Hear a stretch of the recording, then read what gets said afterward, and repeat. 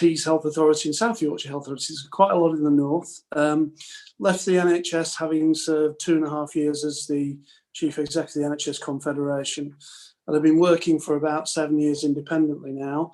I work currently with chairs and chief execs in about 9 ICSs up and down the country, and also internationally in integrated care systems across the world. Finally, I'm working with a number of companies with digital offers to support them. And currently I'm also at King's College Hospital, where I was came in working pro bono as the acting deputy chief exec to help the team back in March of last year. Now working on more of a paid footing, but still heavily involved in the pandemic recovery and management. Thank you, Mike. I also found out that you're a Rochdale fan as well, but we won't hold that against you. Let me go across to our sponsors today, Max. Hey, good afternoon, everybody. So Max Jones, I suppose about 30 odd years of healthcare IT behind me, but at the moment the managing partner for health at Agilisys, and ICS and data are a real focus for us at the moment. In terms of relevant background, apart from general good stuff in IT and lots of consulting and systems experience, I did have the fortune to run lots of the national program for IT, the bits that worked, and through that experience, a real appreciation of data and its impact for citizens, citizen trust, and how you bridge policy from a national organisation perspective to get effective transformation on the ground. Excellent, Max, thank you. And last but not least, across to Richard Walker. Hi there, everybody. Good to see you all. So a little bit about me. I am the partner for data and insights at Agilisys.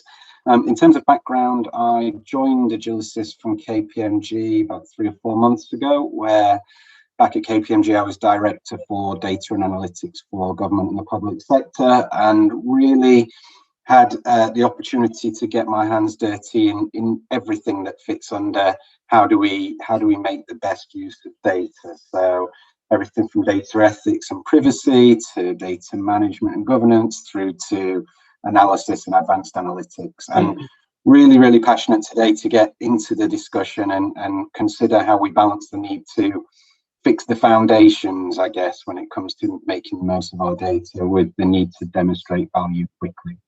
That's me. Thanks, Mark. Excellent. Thank you, Richard. That's good. I suppose I should introduce myself. My name is Mike Lewis. I'm Professor of Life Science Innovation at the University of Birmingham, where we've just broken ground on our £250 million Life Science Park.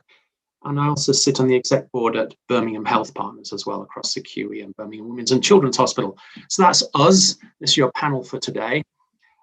Looking at this, I just was reading something yesterday, and that topicality of this session is brought to mind by an article yesterday on the BBC from the wonderful and very tall Hugh Pym. And he talked about the leaked draft white paper on NHS reorganisation and how this talks about major changes ahead for the NHS as we swerve away from the Lansleyism after 10 years.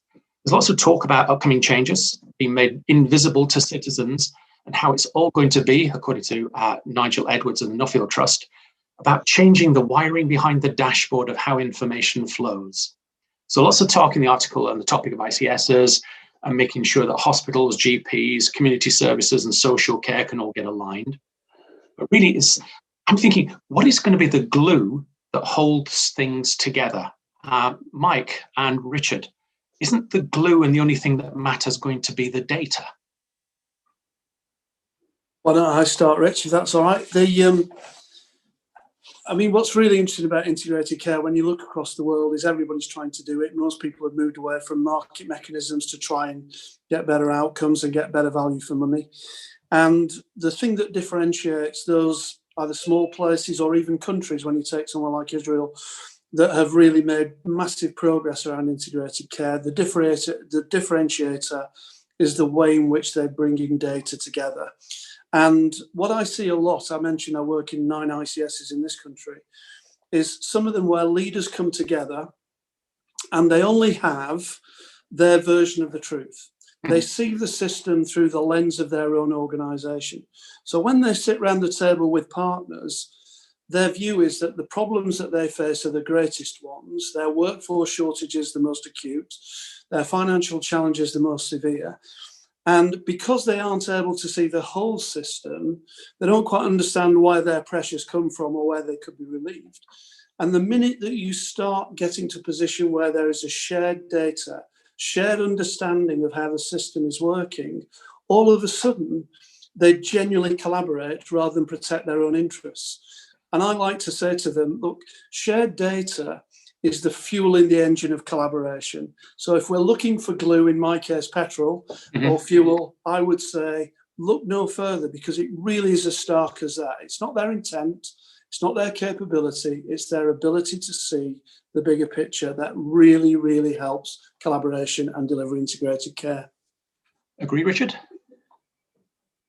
Yeah, I suppose I'd build on that. I think they're, absolutely paramount. I mean, my sort of view on it is you literally cannot join up services if you don't join up data. I think if we take that as a fact, it's about then how do we do that? And I think what we've probably seen, over many years with many different data initiatives is a sort of a rush to the technology, and then we kick it when it doesn't necessarily, when we don't get from it what we thought we would in the business case, and we overlook some of the foundational things that we need to get right in order to enable information sharing, to enable us to innovate with data and start to use it in some of the ways that we hear about all of the time at the moment. So we hear about, population level risk stratification, next best action at the point of care. What goes into making those things a systematic reality across an ICS is all of the effort that people don't see below the iceberg, the tip of the iceberg. And it's really things like data quality, data standards, interoperability.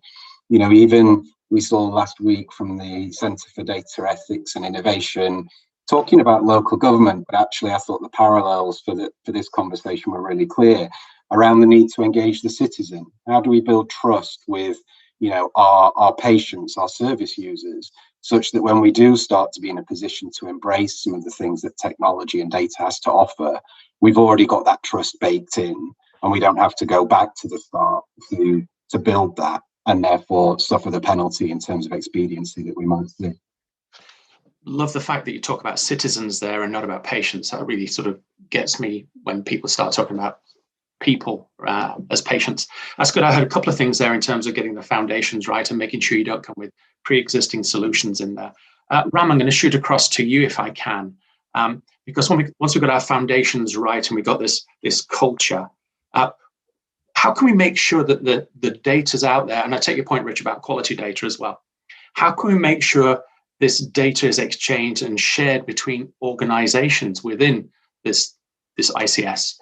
Yeah, no, absolutely. It's an area that we've been looking into quite a bit the last 12 months at Chi Analytics, and there's three components I would say to focus on. So it's data privacy, data access, and data quality that Richard kind of mentioned earlier on as well. So taking it one at a time. Data privacy is around to ensure that organizations within the ICS have a common and better understanding on data privacy guidelines and legislation. So things like who's the data controller, data processing agreements, data protection impact assessments, so on and so forth. And NHSX have done a pretty great job at moving that forward quite a bit in the last few months with their IG portal and IG panel that they set up as well.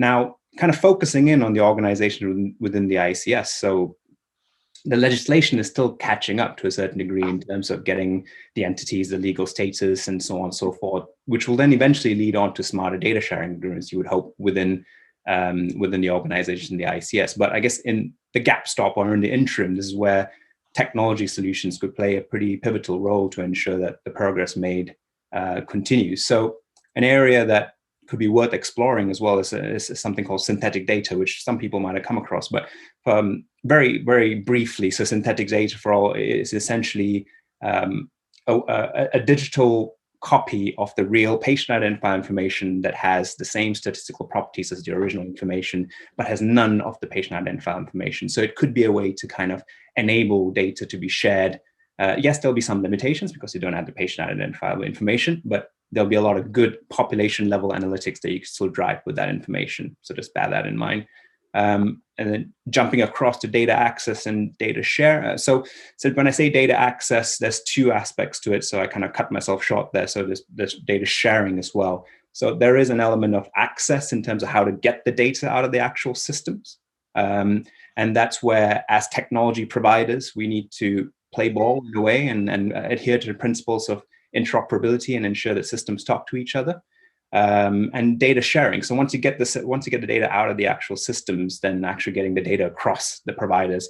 And so it's not just about the physical secure transmission. It's about ensuring that the approaches that organizations use is standardized. Because at the end of the day, patients or citizens, the people who are looking at these processes need to trust that it is going to protect your valuable information as a citizen and as a provider as well. And then, not to labor the point, the final thing is data quality that everyone's mentioning. It is a critical thing.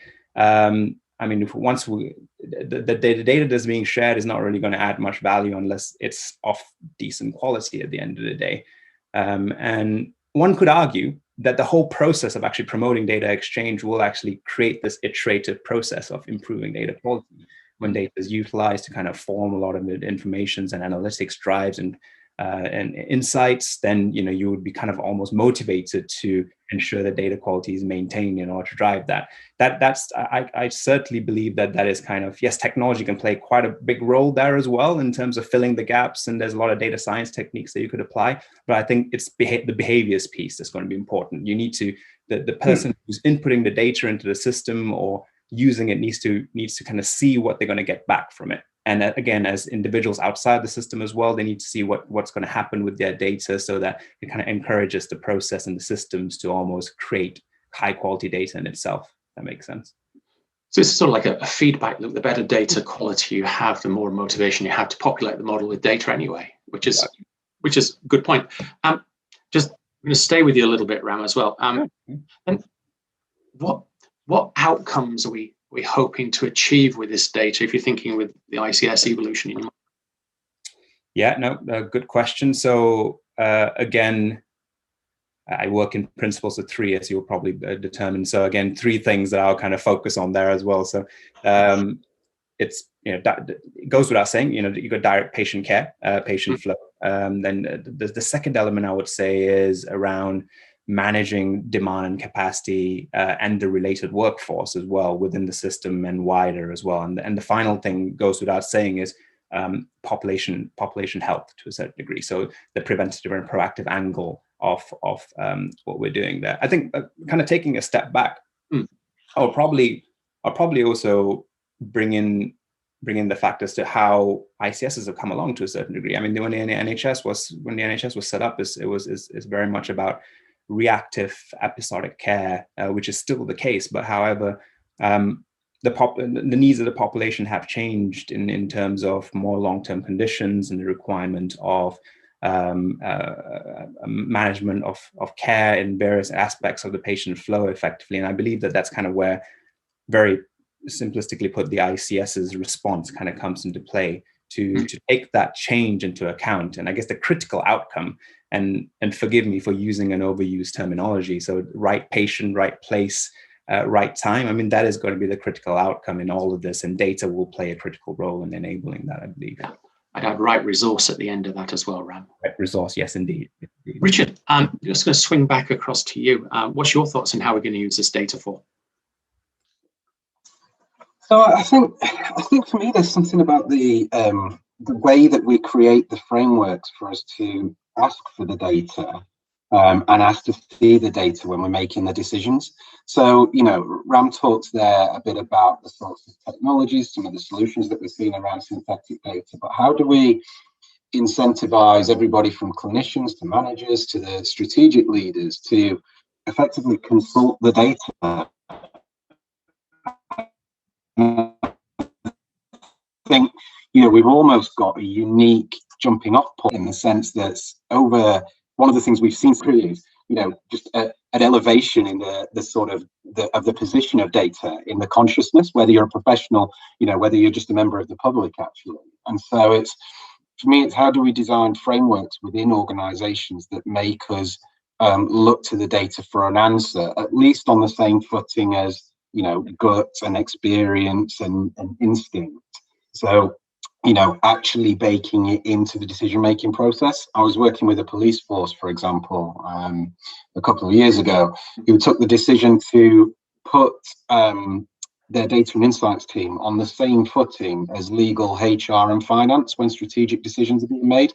So we've probably all filled in those forms where you then have to send them around the houses and get the little signature in the box. The day that we start doing that sort of thing with our informatics teams and start to really lean on our data and insights professionals is, I think, part of the solution as to how we use data as an ICS to drive genuine change. Okay, Mike, I'm just going to come across to you because this little thing raised there about the ICSs and their statutory responsibility as well. Rosemary, and part of the consultation document that went out was the need for statutory responsibilities. And do you think that's a good responsibility for the ICSs to have to use the data for the benefit of the population? So I think that's terrific, actually. And if I look at tens of years of experience of working with the NHS, it seems to me that all too often we don't put the citizen at the centre. Mm-hmm. And within our silos within our organisations, it's easy enough for us to focus on our organisation or our people, but not necessarily our citizens. So I think a statutory responsibility enshrined in law for organisations to look after the health of their populations is spot on, and I'm 100% supportive. But if I look also at the experiences of running HES, contributing to care.data, a couple of health select committees to thank me for my hard work or not, and what I take from that is about citizen trust. And although GDPR and the Data Protection Act will give us a framework within which, plus the statutory responsibilities that the ICSs will get, it will give us a framework within which that population health management and the focus on citizens will rest. Actually, we can't underestimate the need for the social contract with the citizen to be clearer. So I think as a set of governing bodies that look after ICSs, if we're going to make that data flow feel trusted, like it's for the benefit of citizens, and then to give people the permission to go and do that great work on population health management and risk stratification and dealing with frailty and dealing with citizens at the centre across the different organisations, we have to almost over-engineer that level of communication, the transparency, the trust. And I think that's we can almost take for granted then, if you're not careful, that we have the permission legally to go do it, so let's go do it. And I think we have to over-communicate to make sure we maintain trust. It's interesting, isn't it, how long it takes for care.data to come up in panel discussions about sharing of data. It's taken us about 13 minutes on this one before we have to sort of put that spectre to bed. But you're right, it's all about sharing and trust and transparency, which is really good. I'm going to sort of slightly change gear a little bit, if I can, guys. Don't forget to post questions in the chat box if you're in the audience here. If you want to post anything towards one of our panel members, we'll be coming to a poll soon as well. Before we do that, I want to shoot across to Mike Farah. You work with 9 ICSs, which is probably, that's 20% of the ICSs in this country, Mike. Just stepping back and giving us a helicopter view. I should be up here, shouldn't I, really, for a helicopter? If I was thinking about a helicopter view, what trends are you seeing from your view on these 9 ICSs? What's going on in ICSs right now? So I think they're very interesting ICSs because they speak to what the system has said for many years it wanted, i.e. it wanted to be able to work together, despite the system that we had, which was largely built up around competitive instincts to try and do with elective waiting in the last decade with a tariff, etc. Yeah. And people have said they really do want to work in a collaborative way, but when they start to, you see this kind of vestige of I would describe it as organisational kind of preoccupation. And of course, we are incredibly siloed. The NHS has been since its creation. And so when people get around the table, they find it hard really to sort of shake off old behaviours and to try and find common purpose. And those ICSs that I think have done well and are really sort of motoring have found common purpose soon in their journeys, and those that haven't are waiting for what now will be the legislation telling them they've got to. And so I think it's that difference between compliance and commitment. There are some people sat there complying, and there are other people who are absolutely committed and wedded to it. The other differentiator is where, and you've just been touching on it, where local authorities are involved. I think they have a very different complexion. So I work in Manchester, South East London I'm working in, really strong input from local authorities. First of all, they have a wider view of what their outcomes should be. Secondly, they have a statutory duty now to their population in the way that the NHS has a statutory duty to patients, so all of a sudden you've really got the opportunity of working in a broader way. And I think local authority presence is really at the heart of, if we're to believe the leaked document that you can find on the internet today about what the white paper is going to look like, or the grey paper, local authority is really very much signalled in that. And I welcome that, because if you're ever going to get ahead of the demand curve, you've really got to start with population health, and you've got to target those at the earliest stage. So I think that ICSs they're very variable. I don't think whether they're an ICS or STP necessarily tells you anything about where they are on the development curve. Some of them just got good at governance quickly, passed a few tests, but actually there's a big development curve for all of them. But I'm very optimistic, Mike, I have to say. I want to bring that to the table. I think there is a strong inclination to sort of want to make this work, and there is an absolute need to really do more with the resource that we've got, because we're not going to get any more money to match demand in the future. So we've got to get better value for every pound we spend, which really means you've got to use the data to target where you put it. And so the ICS is the vehicle for that, really, tackling health inequalities. It's a bit like the work we do in precision medicine. You've got to pick the right target, and you've got to know what you're going to aim at. Interesting point there you picked up, Mike. The ICSs, when you're talking about purpose, it sounds like that they should really decide what they'd like to do rather than wait for the legislation to be told what they should do. It should be. Just let me give you a very legitimate set of conversations that ICS are having. You could argue, if you're in a large teaching hospital with big critical care, you could quite say legitimately, what COVID taught us is we don't have enough critical care beds. We're the lowest per 100,000 population in Europe. We need more critical care. You could argue, as NHS England, I think, currently are doing, that the lesson of COVID is now how quickly can we reset and recover for those people who've waited longer, who've got non-COVID conditions, who will effectively be damaged on waiting lists. Or you could argue what we really need to do is like, who's been affected most by COVID? Poorer people, BAME background, older people, long-term chronic condition. The answer is ICSs have got to be geared to tackling health inequality. And so all those three things are entirely legitimate reasons, but when they come around the table, those groups of leaders representing those different interests, they've got to arrive at a calibration of how they spend the money they've got against those three things. And crucially, comes back to the purpose this afternoon, you want that to be an evidence-based discussion about where can we get best value.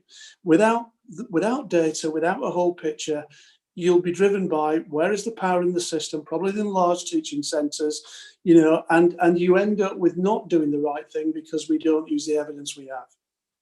Yeah, the louder voices will win out. Mark, we haven't heard from you yet, have we? And you are actually right down in the sort of weeds with this, with Northants and now at as well. I'm just going to ask you, really, because you're seeing what's happening in the ICSs. The ICSs are supposed to be about a shared vision across NHS organisations, and you add in local government, or from the local government view, we're doing local government and you add in the NHS and third sector. What still needs to happen from your viewpoint to get to be something good for citizens? What's good look like? And you're muted, Mark, just so you know. Apologies, everybody. So it was great just to hear even what Mike said right at the very start about everybody coming to the table with a bit of their own seat and their own organisation. And the ICSs do bring a lot of organisations together. So we've 15 in our setting. So you've got to have, if I could just run through this, Mike, you've got to have good leadership, and good leadership's also about listening. Because this is really, really important, because to build that cohesive vision, you've got to first build trust, which is about being open. And the way to do that is to have everybody with an equal say at the table. So we don't have large organizations that can dominate. It's everybody has got to have that equal say. And again, building on what Mike Farah just said there about we've got to understand the data to target what really matters, not just using our financial either muscle or financial pressures. It's about what is really going to make the difference. Max highlighted, and again, as did Ram as well, about saying, if you've got the data, you can absolutely turn that into information and then into intelligence, and then you can start to make a difference. But you've then got to be able to articulate that, to frame it in a way that each of the organizations can own and see their elements of it. So you've got that leadership, you've got that common dialogue, you've got that understanding, you've got that framing. And then again, to think about this, the ICS has got to take an overarching view, as you say, about everybody, what they're trying to achieve. Within the ICS, you've got health economies, so you're going to have to be able to articulate what's going to happen at a health economy level for the benefit of a large group of people. You've got to look at place. So the place, you're quite correct, has a statutory responsibility for population health and well-being. And they will count money in it differently, and they have different governance, all of which needs to be brought to the table.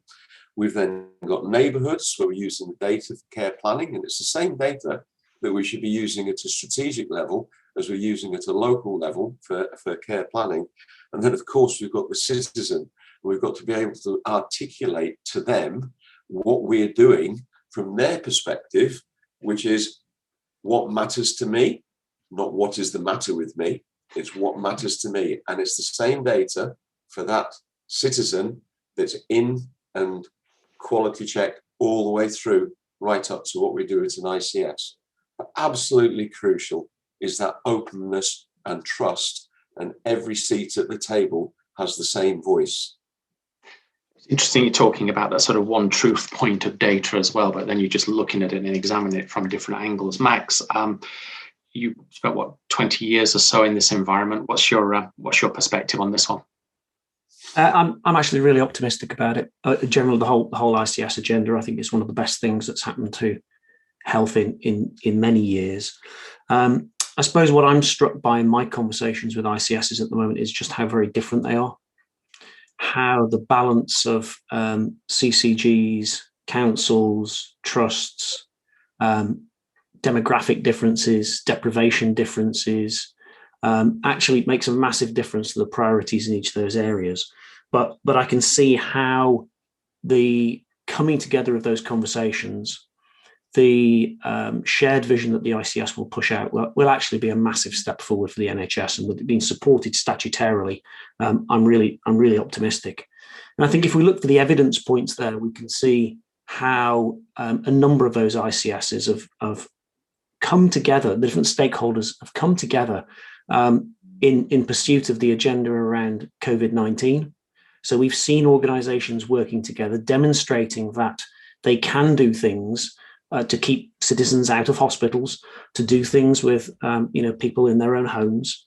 And then the other comment, and Ram and Mark picked up on this around trust. And I think we're likely to see a convergence around some of those concepts that we've seen in university hospitals around trusted research environments, and the kinds of tools and techniques you can use to be able to have, a central repository, whether that's a repository of data or a repository of pointers to data, but that you can control access to, with a secure environment. And I think we'll see an emergence of probably a next level of appreciation about how you can build that trust by putting in the controls at the center, which allow collaboration between the different parts of the ICS stakeholder estate.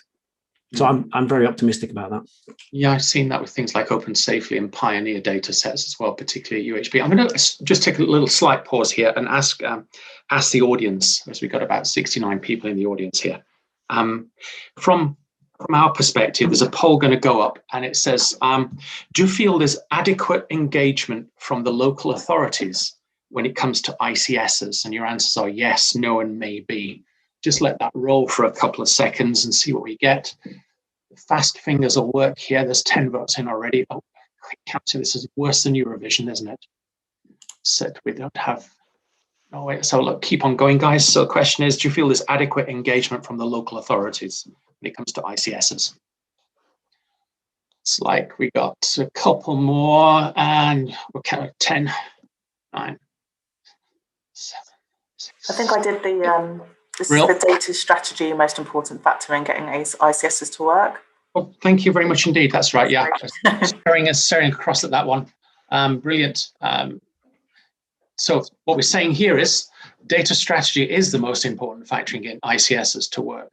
So that's a really interesting answer to that. Having a data strategy is important. Cool. Okay.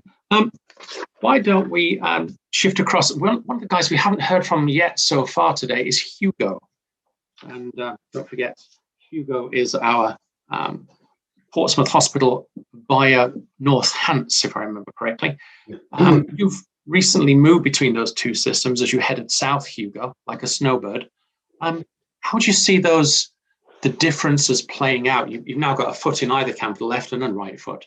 Tell us what you've seen. What differences did you detect between those two systems? There's a lot of similarities. I think people have woken up to the idea of sharing data and creating platforms that enable us to provide better care through better accessibility to data. We've had to go through a lot of hurdles to get there. When I was, before I was at Great Western Hospital, and when we were trying to collaborate there, there was blockers, there was finance teams, there was lots of things going on which would block it. For me, one of the biggest changes was enabling the money to flow. So the HSLI funding that brought capital, which forced providers to sit and talk together and actually work out some ways of collaborating.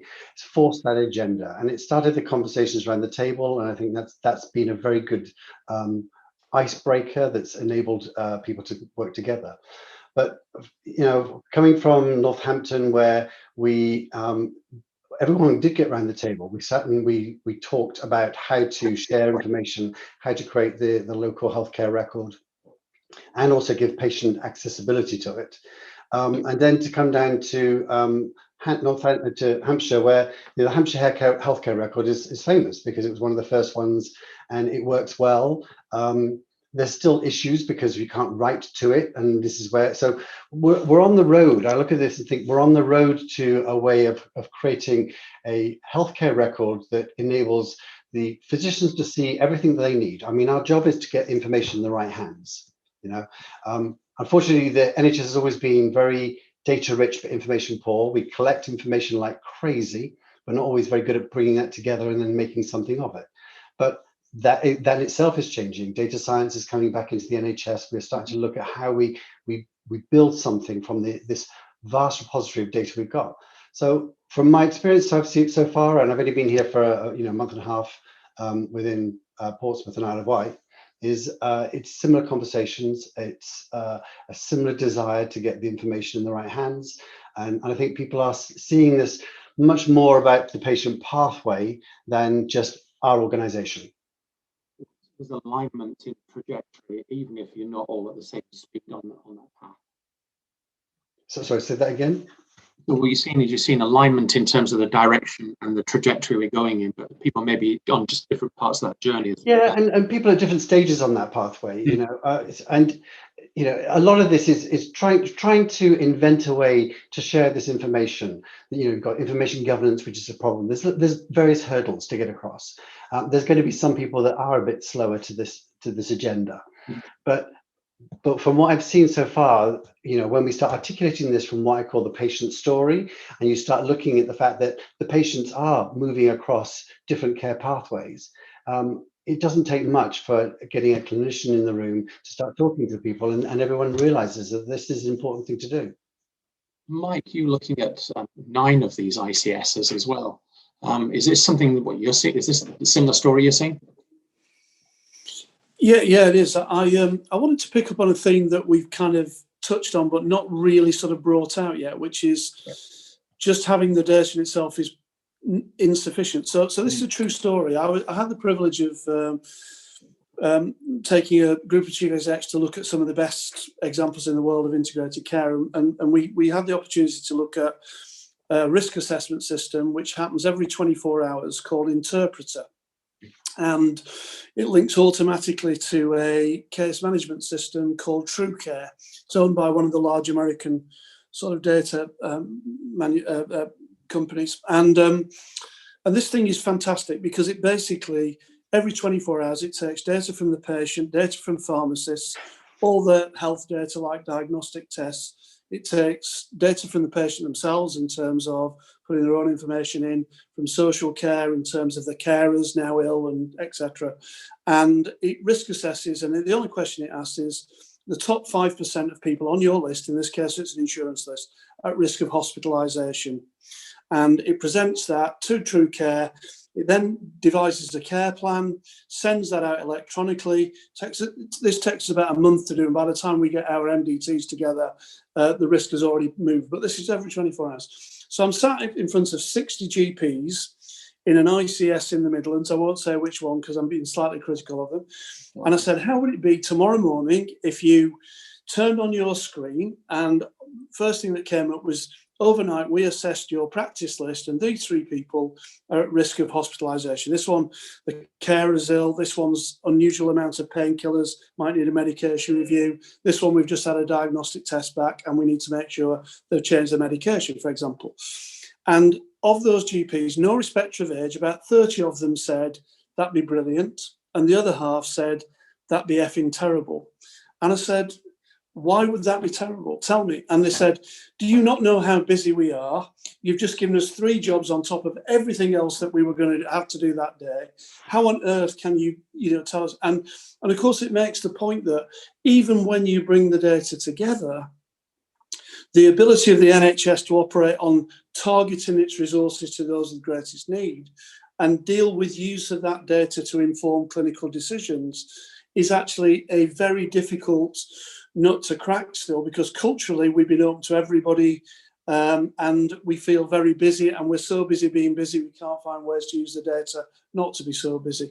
So there's a real question about when we bringing data together to get at the real nitty-gritty of delivering the personal care to the citizen, or targeting those at greatest risk. We have to have our clinicians on side with that. We have to have our practitioners on side with that. And so it's great to have the translation of data so we can plan better. But actually, fundamentally, there are some behavioural things that if we're going to apply the shared knowledge to get better outcomes, we've also got to tackle our culture and the way we've always done things if we're going to get the benefit. So I raise that because I don't want this to be a trite conversation about if only you get shared data, the world solves itself. There's a lot to wrap around this to really get progress. And so ICSs are going to have to think hard about OD, supporting clinical change, because all an ICS ever does, it creates a different management construct within which our clinicians and our practitioners can change the pattern and type of care we offer. That's all it does. The bureaucracy creates that opportunity. The framework really from which people to operate, and still got to deal with the people in that framework as well. I'm just going to ask Emma, if she's there, to put up a second question on a poll, if you don't mind.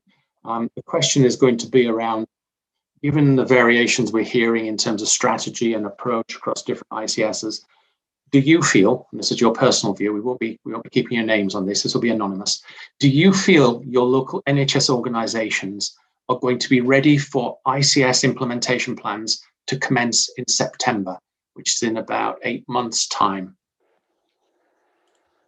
So there's a question for poll 2. Ouch, that hurt as a quick answer there.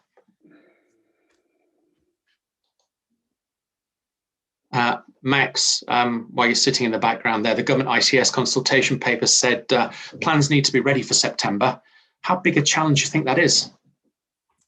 I think we have to recognise, don't we, that you know, the NHS at the moment and its fabulous staff are working just phenomenally to secure day in, day out life for a number of our citizens. And you know, we're seeing too many people die at the moment, but it's you know, a tremendous effort, and you've got to give respect to that. You've got to respect the you know, we're nearly a year in, and we've been battling with this pandemic through all that period.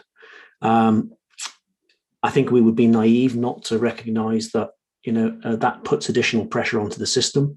We're asking that system to go through a major transformation. We're asking it to change not only the way that it cares for citizens, but to start calling them citizens and to think of them as both patients and you know, members of society, and that we take a local government and we take a healthcare perspective, but also that those well-established power mechanisms, funding flows, alignments of individual, you know, purpose and vision will all need to shift, and doing that in the middle of a pandemic is fundamentally hard. So I think, you know, we have to be cautious about what impact the recovery or reset as we come out of COVID-19 will do. And as I think you know, Mike referred to, we have a massive backlog of non-COVID patients who still need to be treated, and it's a phenomenal backlog, and that in itself will provide additional focus for people. And I think there are probably only so many number one focuses that we can provide for people at any point in time. So I think the timescales are ambitious. There's no doubt about that, but I think the one that I'll personally be looking out for is whether or not we manage to hold to the statutory legislation, getting the statutory footing for ICS organisations. I think that's a fairly fundamental pointer to whether or not we will see the rest of the system think that it's real, and that they will rally behind it and make it happen. So that's probably the indicator that I'm looking out for, and I'm optimistic about the fact that, you know, ICSs will come together, they will work on those plans, and they'll be ready on time. The bit that we can't know at the moment is whether they will be adequate, and whether or not, you know, Mike was talking about the way in which we need to look at the outcomes that we're aiming for, and not just to focus on the technology, but to think about the change management, the ways that people's behaviours might need to change. And I think there's a body of thinking that was, you know, perhaps a couple of years ago coming out of the States around learning healthcare systems that recognises the ability to share what works, the management and governance regimes that allow people to generate hypotheses, to run micro tests of things that might make an improvement, to record it, to measure it, to share it and celebrate it, and then to see that become the established practice. So I think there's a sort of continuous quality improvement learning health systems angle to this as well. And if we think all of that's got to come in whilst we're recovering from COVID, that's a tall order for the health service. I think the poll actually bears out what you're saying there, Max, because really half the people in the room here are saying that no, they don't think the NHS organisations are going to be ready in September. So we have got a little backlog to pick up there. My daughter's a vascular reg in a hospital, and she spent not her time doing vascular surgery, she spent her time looking after COVID patients. So there's all that backlog, and take that on board. Just going to switch slightly as well. I'm going to go back to Hugo, if you're ready there. How do you see the ICS as bringing together individual strategies that the trust build on one side and the local authority, the councils, build on the other side? How are we going to create some compatibility and an overarching strategy here? There's two sides to that. I think that you've got the connectivity strategy. So how do we actually get the information in the right places? And then you've got the actually information strategy. The connectivity is a challenging one because people have the pipe work can be all sorts of different brands and beasts that you can put together. But the internet have shown that we can get the information in the right place. So we can actually collect this information. But the strategies to align those is about bringing people up to the right level so that we have that connectivity, and how we make sure we keep the information we've got safe.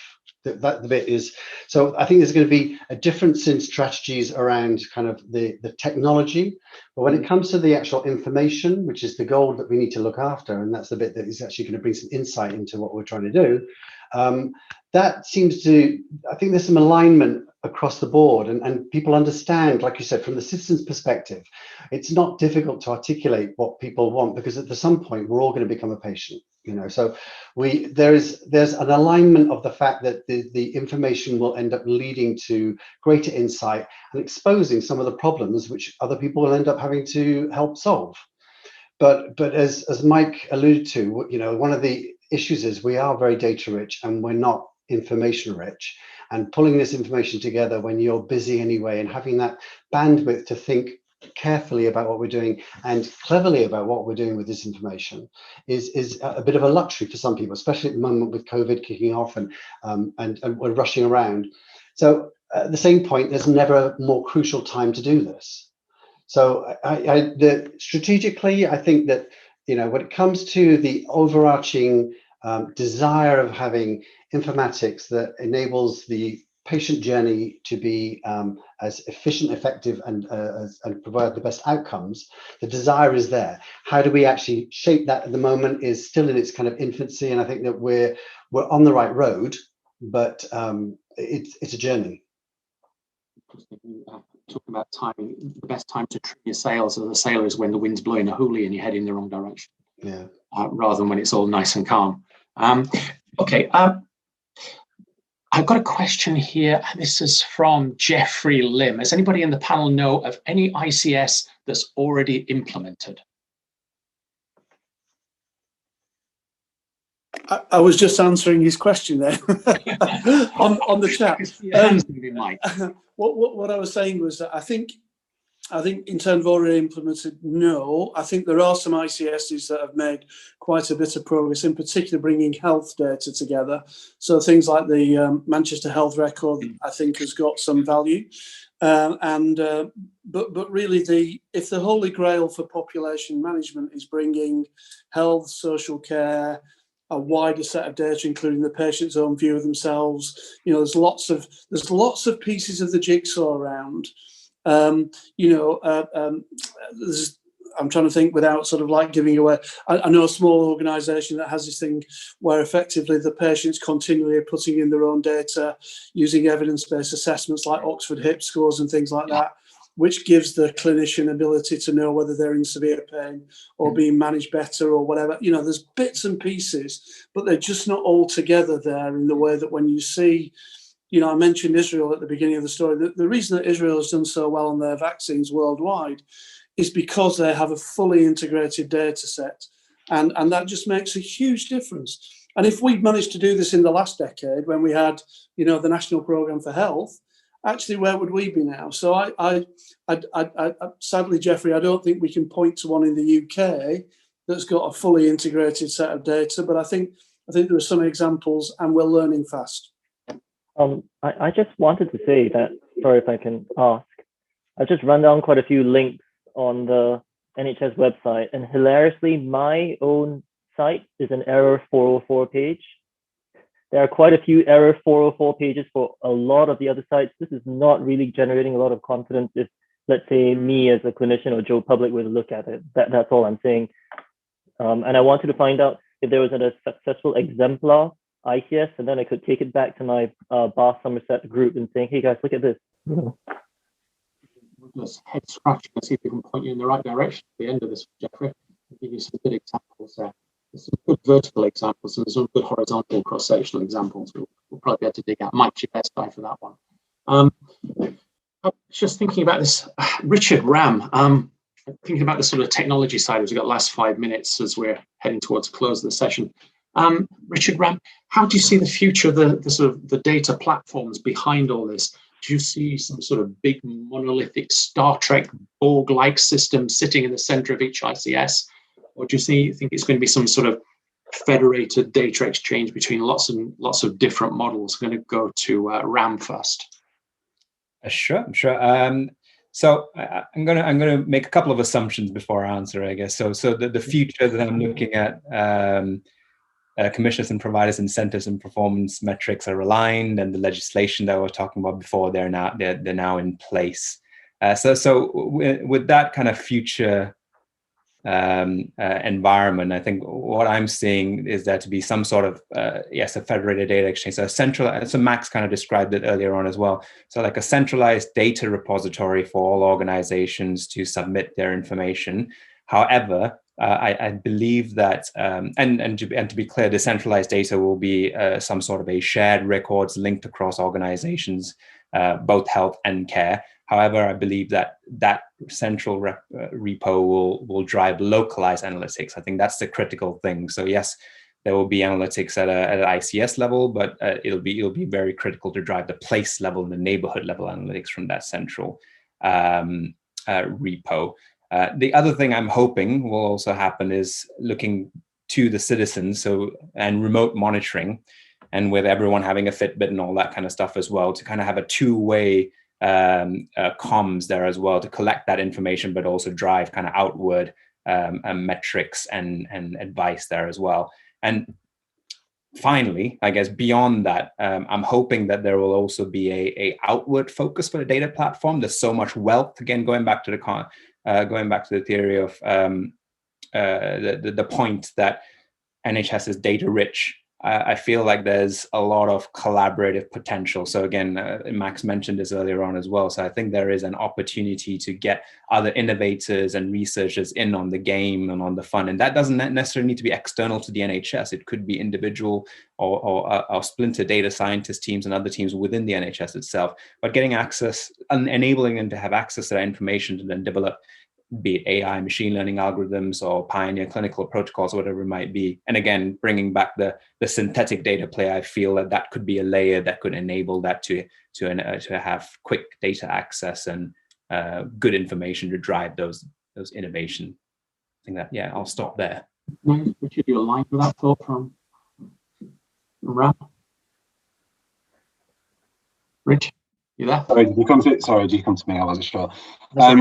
Just conscious of time, just to build on a bit, I guess, on Raj's point. I think where one of the things that I've been interested in for a while is the sort of federated exchange for transactional data use. And what I mean by that is not the big sort of research and analytics repository, but where you need to surface information, at a point in time, in real time, from several different systems. That may be one of the ways that we start to build confidence across ICSs in the information management that we need to embed within this. So one of the questions in the chat was around that. And how do we, if you're not actually taking data en masse from organizations, but you're federating it when you need it for a particular purpose, that's one of the more powerful angles. I think Raj was circumspect there, but I think, sorry, Ram, I keep calling him Raj, was around the use of solutions that involve synthetic data, as he was mentioning earlier. I think that has a huge role to play in circumventing some of the more restrictive practices that we see. And then I think the last one for me is really around, we talk a little bit about telehealth and about, sort of entering your own data into apps that we own. There's something even, I think, more fundamental than that. And I know Tim Berners-Lee has been looking at this, hasn't he, through the pod projects and those sorts of things. But the concepts of personal data stores, so that I, as the citizen, am actually in control of how my data is used by another organization. So, it becomes as intuitive as swiping left or right, on my phone as to whether I will enable access for this purpose or whether actually I'd rather keep that data to myself. I think that could be hugely powerful in brokering the social contract, like Max talked about earlier. But I think after some false starts, there's a long way to go with the technology on that and the trust in that as an enabling solution in and of itself. Yeah. Great answers, guys. I'm just looking at the clock here, and we seem to be very close to our time now. So what I'm going to do is, I had a look at the questions and pulled some out. We're going to store the questions later on.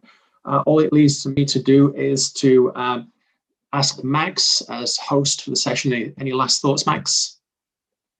I think just one we've probably not touched on, which is, I think, you know, sometimes we're system driven and transformation driven, and sometimes actually we can also be technology driven. And I think the opportunity to innovate is one of the features which I'm also hoping that the ICS agenda will allow for. So as we build this central repository, be it virtual or physical in some way, actually it should give us, with the new cloud technologies and the advent of AI tools in some of those cloud platforms, it should give us the opportunity to start to engage with some of these super clever, super beneficial niche AI providers. And if we get the glue right, that will allow us to build that ecosystem in the ICSs, then we can get the best out of that data. We can bring it together with the research capability, the operational transformation, the strategic planning, and actually that, you know, it's another reason for taking some of that technology enabled opportunity that we've got now, which I think if we tried to do this a few years ago, we would have struggled to do. So that's my final thought, that you know, I'm hoping that it's an enabler, that we can take that data and then we can also use it to drive transformation. As a professor of innovation, I'm really happy you've got that word innovation in there as well at the end.